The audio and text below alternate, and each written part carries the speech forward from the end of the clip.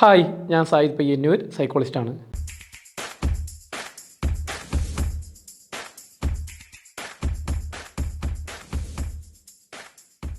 ഒരു നാർസിസ്റ്റായ വ്യക്തി രോഗിയായാൽ അല്ലെങ്കിൽ അത്തരം വ്യക്തികൾക്ക് രോഗം ബാധിച്ചാൽ എങ്ങനെയായിരിക്കും അവർ പെരുമാറുക? സാധാരണ ആൾക്കാരെ പോലെ ആയിരിക്കുമോ? അല്ല, ചെറിയൊരു വ്യത്യാസം ഉണ്ട്. ചെറുതല്ല, വലിയ വലിയ വ്യത്യാസങ്ങൾ തന്നെ പല കേസിലും റിപ്പോർട്ട് ചെയ്തിട്ടുണ്ട്. അത്തരം ചില വ്യത്യാസങ്ങളാണ് ഇന്ന് പറയാൻ പോകുന്നത്. ഒന്നാമത്തെ കാര്യം എന്ന് പറയുന്നത്, ഒരു നാർസിസ്റ്റായ വ്യക്തി രോഗം അവർ അവസരമായിട്ട് മുതലെടുക്കും. സാധാരണ ഒരു വ്യക്തിക്ക് രോഗമായി കഴിഞ്ഞാൽ അതൊരു പ്രയാസമായിട്ടും അത് എങ്ങനെയെങ്കിലും നീങ്ങണമെന്ന് ആഗ്രഹിക്കുമ്പോൾ ഇവർ മിക്കപ്പോഴും അതൊരു അവസരമായിട്ട് കണക്കാക്കും. എങ്ങനെയുള്ള അവസരങ്ങൾ? മറ്റുള്ളവരെ നിയന്ത്രിക്കാനുള്ള അവസരങ്ങൾ, അല്ലെങ്കിൽ മറ്റുള്ളവരെ ചൂഷണം ചെയ്യാനുള്ള അവസരങ്ങളായിട്ട് ഇവർ വിനിയോഗിക്കും. ഒരു ഉദാഹരണം പറയുകയാണെങ്കിൽ, ഒരു പിതാവ്, ഈ പിതാവ് നാർസിസ്റ്റാണ്. അങ്ങനെയുള്ള സാഹചര്യത്തിൽ അയാൾക്ക് രോഗം വന്നു. ഉടൻ തന്നെ എന്താ ചെയ്യുക? ഉടൻ തന്നെ മക്കളൊക്കെ വീട്ടിലേക്ക് വിളിപ്പിക്കും. മക്കളൊക്കെ അകലെയാണെങ്കിൽ വീട്ടിലേക്ക് വിളിപ്പിക്കും. അല്ലെങ്കിൽ മക്കളോട് നിരന്തരം പറയും, എനിക്കിങ്ങനെ രോഗമുണ്ട് എന്ന് പറഞ്ഞ് നിരന്തരം പറഞ്ഞ് അവരെ സാമ്പത്തികമായിട്ടും മറ്റൊക്കെ ചൂഷണം ചെയ്യും. നമ്മുടെ സമൂഹത്തിൽ മാതാപിതാക്കളെ നോക്കുക എന്നുള്ളത് മക്കളുടെ കടമ കൂടിയാണ്. ആ കടമ ഉറപ്പായിട്ടും അവർ നിർവഹിക്കുന്നുണ്ടാവും. എന്നാൽ ഇതൊരു അവസരമായിട്ട് അവർ പ്രയോഗിക്കും. അതായത് ഒരുപാട് പൈസയൊക്കെ, എക്സ്ട്രാ ചിലവുകളൊക്കെ ഇവരെന്ത് ചെയ്യും? ഇവർ വാങ്ങിക്കും. അതേ സമയത്ത് മക്കൾ കഷ്ടപ്പെടുന്നുണ്ട്, മക്കൾക്ക് പൈസ ഇല്ല, മക്കൾ പ്രയാസപ്പെട്ടിട്ടാണ് ഇത് തരുന്നത് എന്ന ബോധമൊന്നും അവർക്കുണ്ടാവില്ല. അവരെ സംബന്ധിച്ച് ഏറ്റവും നല്ല അവസരമാണ്, അത് എങ്ങനെ മുതലാക്കാം എന്നുള്ളത് മാത്രമാണ് ശ്രദ്ധ.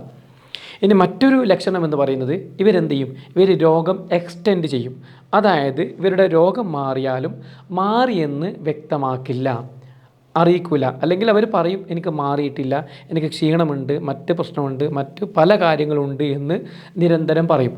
അതായത് ഡോക്ടർ നിങ്ങൾ പൂർണ്ണ ആരോഗ്യവാനാണ്, നിങ്ങൾക്കൊരു പ്രശ്നവുമില്ല എന്ന് പറഞ്ഞാൽ പോലും ഇവർ അംഗീകരിക്കില്ല. മാത്രവുമല്ല, ഈ രോഗത്തിൻ്റെ പല കാര്യങ്ങളും എക്സാജറേറ്റ് ചെയ്ത് പറയുകയും ചെയ്യും. അതാണ് മൂന്നാമത്തെ ലക്ഷണം. അതായത് ഇവർക്കുള്ള രോഗത്തിനെ പല മടങ്ങാക്കി പറയുകയും ചെയ്യും, അല്ലെങ്കിൽ അത് വലിയ സംഭവമാണെന്നുള്ള രീതിയിൽ അവതരിപ്പിക്കും. അപ്പോൾ ചുരുക്കി പറഞ്ഞു കഴിഞ്ഞാൽ, ഈ പറഞ്ഞതൊക്കെ നിങ്ങളൊന്ന് കണക്ട് ചെയ്ത് നോക്കിയാൽ മനസ്സിലാവും, അവരെ സംബന്ധിച്ച് രോഗം എന്നുള്ളത് നല്ലൊരു അവസരമായിട്ട് തന്നെ അവർ വിനിയോഗിക്കും. അടുത്തൊരു പ്രധാനപ്പെട്ട ഒരു പോയിൻ്റ് എന്ന് പറയാവുന്നത്, വിക്ടിം കാർഡ്, ഇരവാദം ഉന്നയിക്കുമെന്നുള്ളതാണ്. അതായത് ഈ നാർസിസ്റ്റായ വ്യക്തി മറ്റുള്ളവരായിട്ട് എന്തെങ്കിലും കടമകളോ കടപ്പാടുകളോ ഉള്ളവരായിരിക്കും. പ്രത്യേകിച്ച് ഞാൻ നേരത്തെ പറഞ്ഞ പോലെ, മാതാപിതാക്കളാണെങ്കിൽ മക്കൾക്ക് നോക്കേണ്ടി വരും. അതേപോലെ തന്നെ ഭർത്താവാണെങ്കിൽ ഭാര്യയ്ക്ക് നോക്കേണ്ടി വരും. ഇത്തരം ഒരു സാഹചര്യത്തിൽ ഇവരെന്ത് ചെയ്യും? ഇവർ മറ്റുള്ളവരെ മുമ്പിൽ ഇരവാദം ഉന്നയിക്കും. എന്നെ വേണ്ടത്ര പരിഗണിക്കുന്നില്ല, പരിചരിക്കുന്നില്ല, ശുശ്രൂഷിക്കുന്നില്ല, രോഗിയായതിൻ്റെ ഒരു തരത്തിലുള്ള ഒരു സംഗതിയും ചെയ്തു തരുന്നില്ല എന്ന രീതിയിൽ നിരന്തരം മറ്റുള്ളവരോട് കുറ്റപ്പെടുത്തി പറയും. അതെങ്ങനെ? നിങ്ങൾ ശ്രദ്ധിക്കേണ്ട പ്രധാനപ്പെട്ട പോയിൻ്റ് ഇതാണ്. എത്ര പരിചരിച്ചാലും, എത്ര ശുശ്രൂഷിച്ചാലും, അതായത് ഉറക്കം വിളിച്ച് ഇവരെ പരിചരിച്ചാൽ പോലും അതിൻ്റെ നന്ദി ഇവർക്കുണ്ടാവില്ല. അതാണ് ഒരു പോയിൻ്റ്. നന്ദി ഉണ്ടാവില്ല. ഒരു തരത്തിലും അവർ ഗ്രാറ്റിറ്റ്യൂഡ് കാണിക്കൂല. അതായത് ഒരു നന്ദി സൂചകമായുള്ള ഒരു പെരുമാറ്റം പോലും ഉണ്ടാവില്ല. ഈ വിഷയത്തിൽ ഞാൻ കണ്ട ചില കാഴ്ചകളൊക്കെ ഉണ്ട്. നമ്മൾ പൊതുവേ എല്ലാവരും ഏറ്റവും നല്ല രീതിയിൽ ഒതുങ്ങും, അല്ലെങ്കിൽ ജീവിതം മനസ്സിലാക്കുമെന്ന് വിചാരിക്കുന്നൊരു ഘട്ടം ഏതാണ്? വയസ്സായ സമയത്ത്. അതേപോലെ എന്തിനും ശേഷിയില്ലാത്തൊരു സമയം ഉണ്ടാവുമല്ലോ. അതായത് ബെഡ് റിഡൻ, ബെഡിൽ തന്നെ കിടപ്പിലായ സമയം, ബാത്റൂമിൽ പോകാൻ പോലും പറ്റാതെ ബെഡിൽ തന്നെ കാര്യം സാധിക്കുന്നൊരു സമയം ഉണ്ടാവുമല്ലോ. ഈ സമയത്ത് പൊതുവേ നമ്മൾ വിചാരിക്കുന്നത്, ആ സമയത്ത് ആ വ്യക്തി എല്ലാം ഉൾക്കൊള്ളും, ഏറ്റവും നല്ല രീതിയിലുള്ള പെരുമാറ്റമായിരിക്കും ഉണ്ടാവുക എന്നുള്ളത്. പക്ഷേ നാർസിസ്റ്റായ വ്യക്തി ആ സമയത്തും ശക്തമായി മറ്റുള്ളവരെ ശകാരിക്കും, അല്ലെങ്കിൽ ചീത്ത പറയും. ഇത് നേരിട്ട് ഞാൻ കണ്ട കാഴ്ച കൂടിയാണ്. അതായത് അവരെ മലമൂത്ര വിസർജനം ചെയ്യിപ്പിക്കുന്ന, അവരെ ശുശ്രൂഷിക്കുന്ന, അവരെ വായിൽ തിന്നാൻ കൊടുക്കുന്ന ആൾക്കാരോട് അവർ പുച്ഛഭാവത്തിലും ആക്രോശത്തിലാണ് സംസാരിക്കുക. മാത്രവുമല്ല, അവർ ആ സമയത്ത് പറയുകയും ചെയ്യും, നീയാണ് എന്നെ ഈ കോലത്തിലാക്കിയത്, ഞാൻ രോഗിയാവാൻ കാരണം നീയാണ് എന്ന് പറഞ്ഞ് നിരന്തരം കുറ്റപ്പെടുത്തുകയും ചെയ്യും. എന്തൊരു കഷ്ടപ്പാടല്ലേ. അപ്പോൾ അതുകൊണ്ടാണ് നമ്മൾ പറയാം, നാർസിസ്റ്റിനെ കൂടെ ജീവിച്ച് അവസാന കാലത്തെങ്കിലും അവർ തിരിച്ചറിയുമെന്നുള്ളൊരു ചിന്ത നിങ്ങൾക്കുണ്ടെങ്കിൽ അത് വേണ്ട എന്നുള്ളത് നമ്മൾ പറയാറ്. പ്രത്യേകിച്ച് നാർസിസ്റ്റിൻ്റെ കൂടെ ജീവിക്കുന്നവരോട് നമ്മളെപ്പോഴും പറയുന്ന ഒരു കാര്യമുണ്ട്. മിക്ക ആൾക്കാരും അനുസരിക്കില്ല, പക്ഷേ വീണ്ടും വീണ്ടും വീണ്ടും നമ്മൾ പറയുന്നൊരു കാര്യമുണ്ട്, നിങ്ങൾ അവരിൽ നിന്നൊന്നും പ്രതീക്ഷിക്കരുതേ, ഒന്നും പ്രതീക്ഷിക്കരുത്.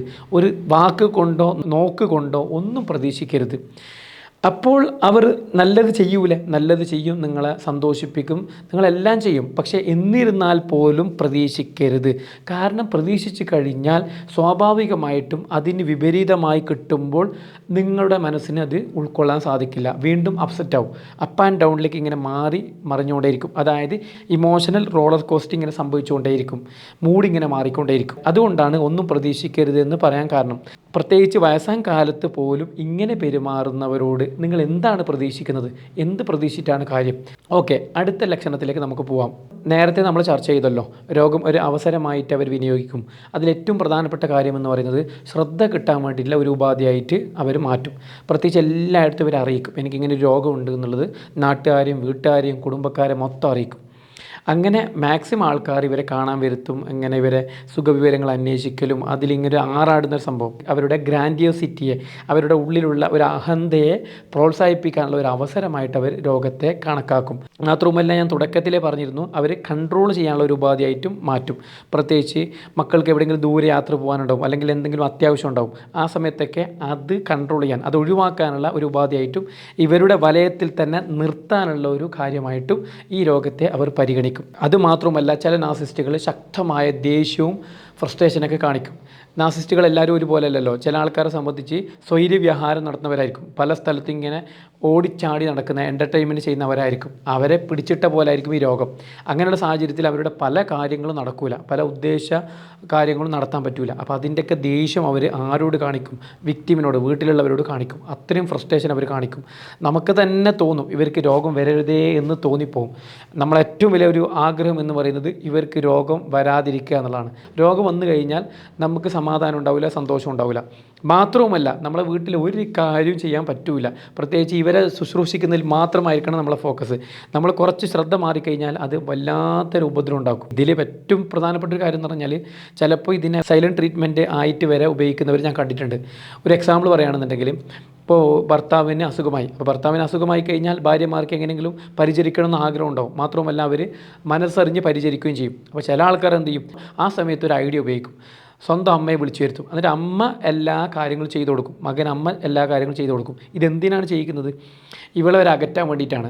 രോഗമുള്ള സമയത്ത് പോലും നിന്നെ എനിക്ക് വേണ്ട എന്നാണ് ഉദ്ദേശിക്കുന്നത്. ഡിസ്കാർഡ് ചെയ്യുന്ന ആൾക്കാരൊക്കെ ഇങ്ങനെ ചെയ്യും. മറ്റുള്ളവരാവട്ടെ മാക്സിമം ചെയ്യിപ്പിക്കും, മാക്സിമം ഇവരെ കൊണ്ട് പല പ്രവർത്തനങ്ങൾ ചെയ്യിപ്പിക്കും. എന്നിട്ട് നന്ദി കാണിക്കാതിരിക്കുകയും ചെയ്യും. ഈ രണ്ട് കാര്യങ്ങളും ചെയ്യോട്ടാ. നിങ്ങൾ വിചാരിക്കുന്ന പോലെ ഒരേ എൻഡ് മാത്രമല്ല, ഡിഫറൻറ്റ് സ്റ്റേറ്റിൽ ഡിഫറൻറ്റ് ലെവലിലായിരിക്കും അവർ പെരുമാറുക. അതുകൊണ്ട് തന്നെ നമുക്ക് പലപ്പോഴും കൺഫ്യൂഷൻ ഉണ്ടാവുകയും ചെയ്യും. ഏറ്റവും പ്രധാനപ്പെട്ട ഒരു പോയിൻ്റ് കൂടി പറഞ്ഞു നിർത്താം. ഇവർക്ക് രോഗം വന്ന സാഹചര്യത്തിൽ എന്തെങ്കിലും ഒരു പാകപ്പിഴവ് വിക്ടിമിൻ്റെ ഭാഗത്തുനിന്ന് ഇവരെ പരിചരിക്കുന്ന കാര്യത്തിൽ ഉണ്ടായിക്കഴിഞ്ഞാൽ പിന്നെ അത് മതി, കാലാകാലം പറഞ്ഞു നടക്കും. അതായത് എന്തെങ്കിലും ഒരു ഫോൾട്ട്, ഒരു തെറ്റ്, ഒരു അബദ്ധം ചികിത്സിക്കുന്ന കാര്യത്തിൽ വന്നു കഴിഞ്ഞാൽ, എന്തെങ്കിലും അഭിപ്രായം പറഞ്ഞു കഴിഞ്ഞാൽ അത് കാലാകാലം ഒരു അടവായിട്ട്, ഒരു ആയുധമായിട്ട് പറഞ്ഞു നടക്കും. അന്ന് എനിക്ക് രോഗമുള്ള സമയത്ത് ഇങ്ങനെ ചെയ്തവരല്ലേ, ഇങ്ങനെ ചെയ്ത ആളല്ലേ, ഇങ്ങനെ കുറ്റപ്പെടുത്തിയ ആളല്ലേ, ഇങ്ങനെ പറഞ്ഞ ആളല്ലേ, ഇങ്ങനെ പ്രവർത്തിച്ച ആളല്ലേ എന്ന് പറഞ്ഞ് കാലാകാലം അവരത് ഒരു ആയുധമായിട്ട് ഉപയോഗിക്കും.